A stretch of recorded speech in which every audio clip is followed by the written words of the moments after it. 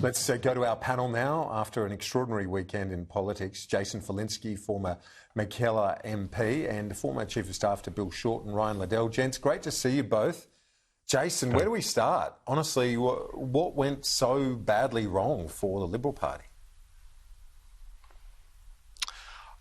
Kieran, I think in this specific instance what went wrong was that the Labor Party defined us as the riskier choice. Donald Trump really turned up risk aversion in the Australian community. And in the last couple of days when people were making up their minds, what they ended up concluding was that they wanted to stay with the party or the Prime Minister that they knew. And we lost, 17 out of 20 undecided voters. So where do you go to rebuild? I mean, what do you need to do? I know you thought about this deeply before the election, and you are a better place than a lot of people within the Liberal Party to say where to now. What do they need to do as they start to rebuild in what has to be, Jason, a couple of term strategy, because this was such a wipeout at the weekend? Look, Kieran, I want to make it clear that I'm not suggesting that we will win next term. But what I do want to point out is that in 2007, at a state election in New South Wales, we did very badly. I think we won back 2 seats. And everyone wrote off the Liberal Party for another 2 terms.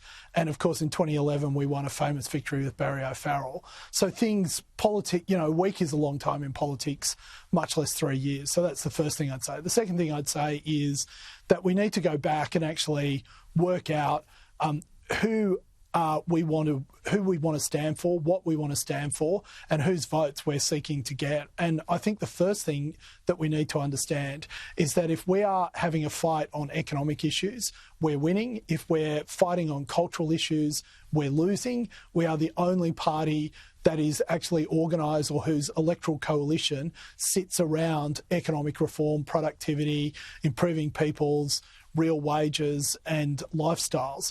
And we just, in the last few years, I'd say in the last decade or so, that isn't a conversation and a debate that we seem to have been comfortable having. Ryan Liddell, how do you look at the results at the weekend? I had Amanda Rishworth on earlier, and all of Adelaide, we reflected on the fact that your hometown has got every single seat now is held by Labor. It's extraordinary. If you'd said that to me a few years ago, a few elections back, you just wouldn't be able to get your head around it. But this is unbelievable. Yeah, you're right, Kieran. I was with Amanda and the new MP for Sturt, Claire Clutterham, on Saturday night at her victory party. It was quite extraordinary, and I think it's worthwhile taking a step back and realising this is a countrywide catastrophe for the coalition. That was catastrophic right across the country. They were smashing the cities in every sort of mainland city, swings in every state. Liberal Party doesn't hold many metropolitan seats across the board now, and I find that quite extraordinary. And the point is, when everything sort of calms down and all the votes are counted, the best the Liberals can sort of hope for, the best the coalition can hope for, is a seat count of maybe 44, 45 at best. Now, the ALP is looking at sort of 90, 91, 92. The idea that, without wanting to get ahead of ourselves, in 2028 for the next election, that'll be a 30-seat increase in order for the coalition to form majority government. They really have made this catastrophe will sort of flow through for a generation, I think, not just because of the size of the victory from the Labor Party, also because the next generation, the moderates have been massacred for the Liberal Party. The next generation of leadership have been knocked out. Your Michael Sookers of the world, Keith Houlihan, that sort of stuff. But more importantly, some of the seats that were marginal for Labor before have now got margins of 10, 15, almost 20%. That makes it infinitely harder to win back next election for the coalition. Yeah, indeed, that's the issue, Jason. I note with your role as former New South Wales Liberal president, but also an MP, you know the parliamentary side, you know the way the party machine operates as well, Jason Falinski. You know that the basis of the party's success in the past. You've said that Tim Wilson, if he wins in Goldstein, should be considered as the next leader. Why is that? Well, because, I mean, everything Ryan just basically said. I mean, if you're looking for the diamond in the rough, it would be the result in Goldstein. So if Tim does win, he has managed to get a 7 or 8% swing against what occurred in Victoria. And he did that primarily by framing the issues that concerned people in Goldstein around economics, around their lifestyles, around their economic well-being, how they could improve their lives. And because he was able to do that at a local level, which I'm sure Ryan agrees, is incredibly difficult for a candidate to do, even one with a personality as big as Tim's, still requires an enormous effort for him to do. It would seem, even if he doesn't win, that he has pulled that off. Now, if that had been able to be replicated at a parliamentary level, indeed through the organisation, I suspect we'd be standing here or sitting here today talking about a very different result on the weekend. And look, just with what you and Ryan were talking about before, I don't think people care how they voted last time. Australians generally are looking forward, not looking back. So while, yes, Labor now sits on 10 and 15% margins in some of these seats that we need to win back, I can tell you now, from personal bitter experience, that there's no such thing as a safe seat. So I think it's game on, to be honest. Game on. Well, it's nice to hear some optimism from the Liberal Party and one of its former MPs, Ryan. But that I've got to say, I'm normally very cautious about saying something is a two-term victory. But when you look at this win, Ryan Liddell, it is nearly 90 seats that Anthony Albanese's won, beating the Rudd slide, beating Hawke's victory and margin as well back in the day. Yeah, that's right. And Jason might point to Tim Wilson being the new the luminary light of the Liberal Party sort of going forward. But if you take a step back and look at what's actually happening with the coalition now, you're almost seeing a live stream of the disintegration of a political movement. The way that the Nats are running around, the way the Libs are running around brief against each other. You've got the cranks and crackpots from down here in South Australia, like Alex Antic, coming out saying, make the Liberal Party great again. So he thinks we should move to the right. Then you've got sensible people like Jason saying, let's not talk about issues like that. Let's actually talk about the economy and talk about issues that affect people and might actually influence someone's vote. So this is an absolute political movement in disarray. There was some questions earlier today about possibly splitting the Nats from the Libs, which would be extraordinary in itself. So I think we've got a very, very long way before the political movement of the coalition can be taken seriously again in Australia. Jason, what do you say to that, the internal dilemma and debate?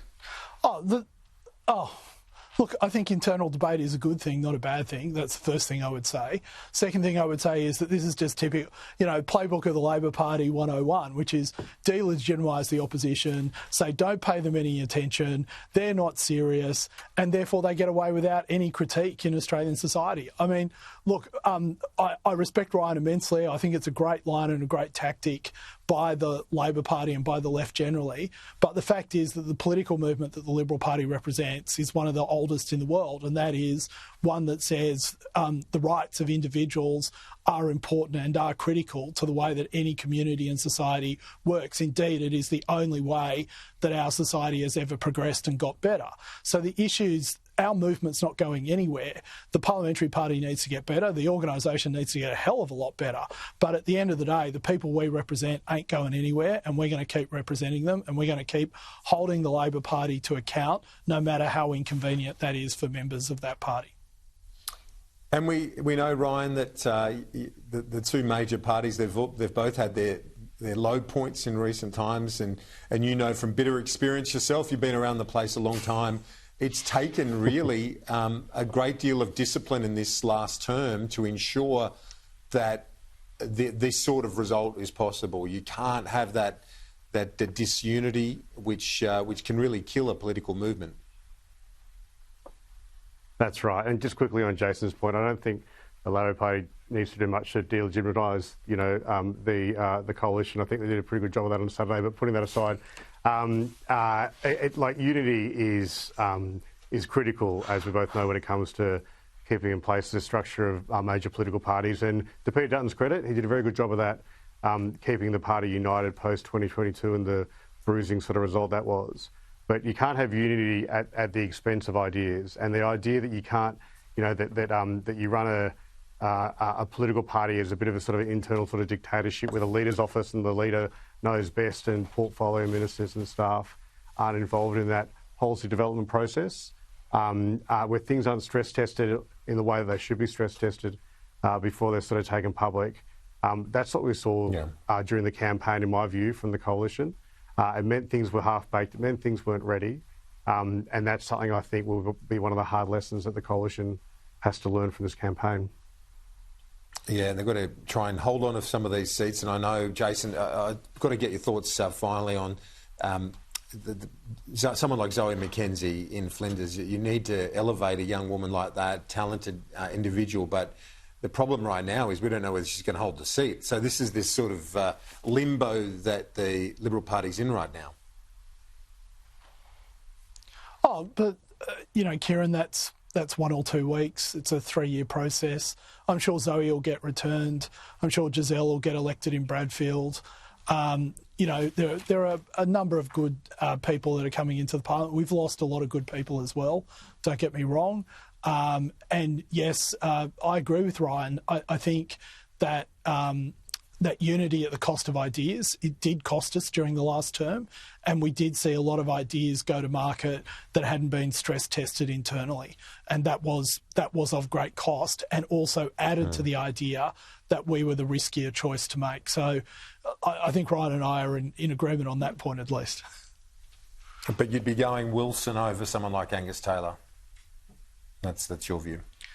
Look, I think that, yes, is the truth. I think that we need someone who has basically shown that you can actually speak to a part of the constituency, part of the electorate, part of the country that we haven't been speaking to. And I think if Keith Woolahan had still been there, then he's someone that I think we should have also been promoting.